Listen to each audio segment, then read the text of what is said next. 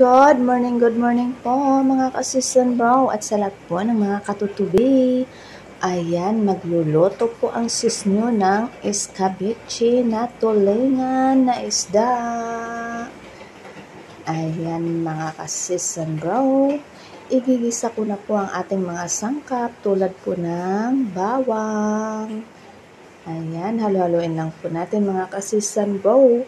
At syempre, isusunod na rin natin dito yung ating sibuyas. Ayan.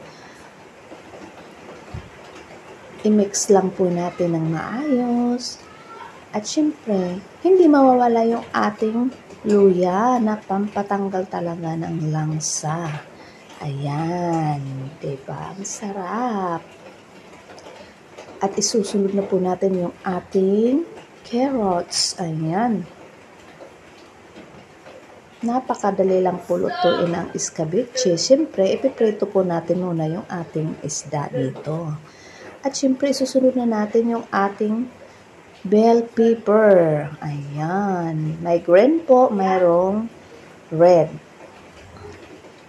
And then, ilalagay po natin yung ating cornstarch na nilusaw sa tubig para po malapot yung ating sauce sa ating escabeche. Halo-haluin lang po mga kasistan po para hindi po siya mamuo.